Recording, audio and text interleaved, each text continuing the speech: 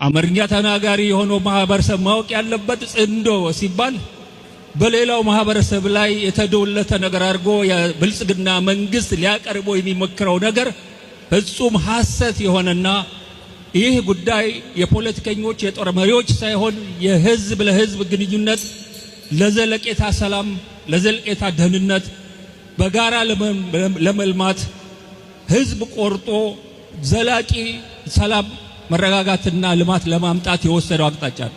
ይሄ ትልቅ እርምጃ ነው። ይሄንን አራያነት የተሞላው የትግራይና የኤርትራ ማህበረሰብ እንደ ህዝብ የጀመረውን ነገር ወደ መላው ኢትዮጵያ ማዞር፣ ወደ ሱዳን ማዞር፣ ወደ ሶማሊያ ማዞር፣ ወደ ኤርትራ ሁሉም አካባቢዎች በውስጥ ችግራቸውን በጽንዶ መፍታት የሚችሉበት ከዛ አልፈው ሀገር ለሀገር ያላቸውን ችግር በጽንዶ የሚፈቱበት ምስራቅ አፍሪካ በጽንዶ አይነት የህዝብ ፍላጎት የተቀረጸ የሰላም የመረጋጋት የደህንነትና የብልጽግና ቀጠና ሆኖ ማንም የውጭ ጉልበተኛ ብርና ገንዘብ ያለው ጉልበት ያለው እየመጣ እንደፈለገ የማይፈነጭበትን አካባቢ ለማድረግ ትልቅ ራዕይ ስለሆነ የኢትዮጵያ ህዝብ የአማራ ህዝብም ይሄን የጽንዶ ሐሳብ ተቀብሎ በየቦታው ከሁሉም ወገኖቹ አማራ ህዝብ ከትግራይ ጋራ፣ አማራ ህዝብ ከኦሮሞ ጋራ፣ አማራ ህዝብ ከአፋር ጋራ፣ የትግራይ ህዝብ ከአፋር ጋራ ከዛ አልፎ መላውን ኢትዮጵያ አስተሳስሮ ኢትዮጵያን ከኤርትራ ከሱዳን ከሌሎችም ሀገሮች ጋራ በጽንዶ አድርጎ ሰላምና እርጋታ ያለበትን ሀብታም ቀጠና ፈጥረን እኛ ልጆች ሳይሆኑ ባህር ያቋረጡ ፈረንጅ ሀገር የሚሄዱት ፈረንጆች ቪዛ ለምነው ወደኛ የሚመጡበትን ሁኔታ ለመፍጠር የሚያስችል ነገር የሚያመጣ ስለሆነ ሁሉም ሊደግፈው ይገባል ባይ ነኝ። ጽንዶ በአማርኛ ጥማድ ማለት ነው።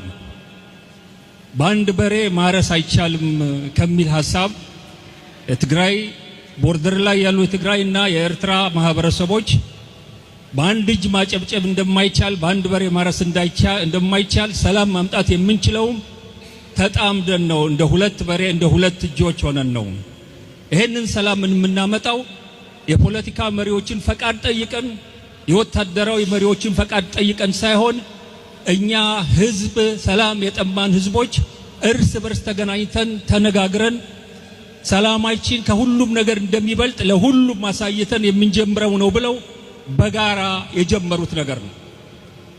በመጨረሻ ሱዳን ዛሬ ካለችበት አስከፊ የሆነ ግጭት ወጣ ይህ ደግ ህዝቧ ከዚህ ችግር ተገላግሎ ጠንካራ ሰላም የሰፈነባት የበለጸገች ሱዳን እንደምናይና መላው የኢትዮጵያ ህዝብ ያ ቀን እስኪመጣ ድረስ ከሱዳን ህዝብ ጎን የሚቆም መሆኑን በእርግጠኝነት መናገር ፈልጋለሁ። በቅድሚያ በዚህ ትልቅ የሰላም የህዝብ መነሳሳት ላይ ተመስርቶ የተጀመረ ጽንዶ የሚባል ለሰላም እንቅስቃሴ ሐሳብ ለመደገፍና ሐሳቡም በስፋት በኢትዮጵያ ውስጥና ከዛም በአፍሪካ ቀንድ እንዲሰራጭ ለማገዝ ተጋብዤ በመምጣቴ ከፍተኛ ክብርና ኩራት ይሰማኛል።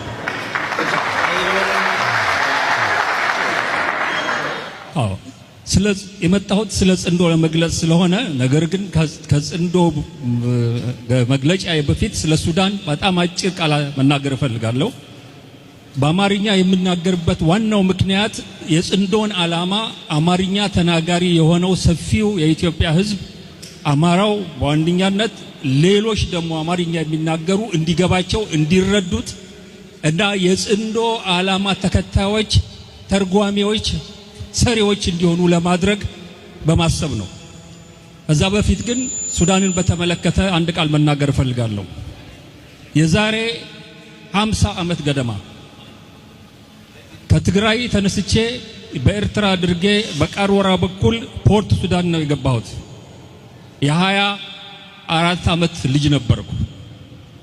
ሱዳን በዛ ወቅት 1 ሚሊዮን ኢትዮጵያዊ ስደተኞች ተቀብላ ያለምንም ማጉረምረም ታስተናግድ ነበር። የሱዳን ህዝብ ደግነት የማያቅ ኢትዮጵያዊ የለም። ዛሬ የኢትዮጵያ መንግስት የሱዳንን አገር እንደ አገር ለማፍረስ የሱዳን ህዝብ ሰላም ለማናጋት የዩናይትድ አረብ ኤሚሬትስ ቅጥረኛ ሆኖ መሳሪያና ተተኳሽ አስተላላፊ ሱዳንን የሚያፈርስ ሰራዊት አሰልጣኝ በመሆኑ የተነሳ የኢትዮጵያ ህዝብ የሚሰማውን ሐዘን በዚህ ህዝብ ስም ልገልጽላችሁ ፈልጋለሁ።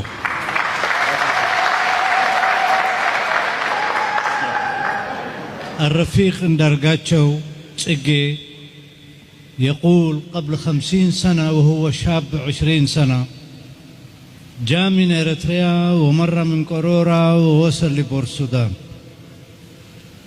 وهذا في 1977، ويقول إن الشعب السوداني وكرامة الشعب السوداني كان استحضن 1,000,000 إثيوبي لاجئ، وهذا نحن كإثيوبيين ما ننساه.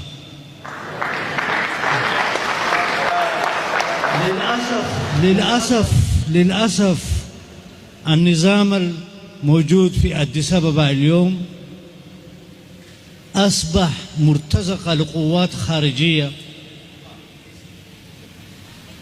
ويحاول ويخلق فتنة بين الشعوب السودانية والإثيوبية، ويوصل كل الأسلحة التي تجي من الخارج والمرتزقة من أراضي إثيوبيا لمحاربة الشعب السودان، وأنا أدين كإثيوبي. ثالثا يقول أنا أتكلم باللغة الأمهرية لأسباب معينة. هذا الفكرة بتاع عنده أنا عايز أوصله للشعب الإثيوبي، وخاصة لجيرانكم الشعب الأمهرة، يحتضنوا هذا الفكرة ويحاولوا يقنعوا هذه القومية الثانية في إثيوبيا، ويحاولوا يقنعوا شعبهم للفكرة الجديدة هذا.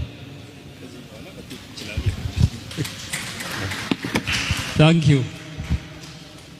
አሁን በአማርኛ ስለ ጽንዶ በጣም አጭር ነገር ነው የምናገረው። ጽንዶ በአማርኛ ጥማድ ማለት ነው። በአንድ በሬ ማረስ አይቻልም ከሚል ሐሳብ የትግራይ ቦርደር ላይ ያሉ የትግራይና የኤርትራ ማህበረሰቦች በአንድ እጅ ማጨብጨብ እንደማይቻል፣ በአንድ በሬ ማረስ እንደማይቻል ሰላም ማምጣት የምንችለው ተጣምደን ነው። እንደ ሁለት በሬ እንደ ሁለት እጆች ሆነን ነው። ይሄንን ሰላም የምናመጣው የፖለቲካ መሪዎችን ፈቃድ ጠይቀን የወታደራዊ መሪዎችን ፈቃድ ጠይቀን ሳይሆን እኛ ህዝብ ሰላም የጠማን ህዝቦች እርስ በርስ ተገናኝተን ተነጋግረን ሰላማችን ከሁሉም ነገር እንደሚበልጥ ለሁሉም ማሳየተን የምንጀምረው ነው ብለው በጋራ የጀመሩት ነገር ነው። አማርኛ ተናጋሪ የሆነው ማህበረሰብ ማወቅ ያለበት ጽንዶ ሲባል በሌላው ማህበረሰብ ላይ የተዶለተ ነገር አድርጎ የብልጽግና መንግስት ሊያቀርበው የሚመክረው ነገር ፍጹም ሐሰት የሆነና ይህ ጉዳይ የፖለቲከኞች የጦር መሪዎች ሳይሆን የህዝብ ለህዝብ ግንኙነት ለዘለቄታ ሰላም ለዘለቄታ ደህንነት በጋራ ለመልማት ህዝብ ቆርጦ ዘላቂ ሰላም መረጋጋትና ልማት ለማምጣት የወሰደው አቅጣጫ ነው። ይሄ ትልቅ እርምጃ ነው። ይሄንን አራያነት የተሞላው የትግራይና የኤርትራ ማህበረሰብ እንደ ህዝብ የጀመረው ነገር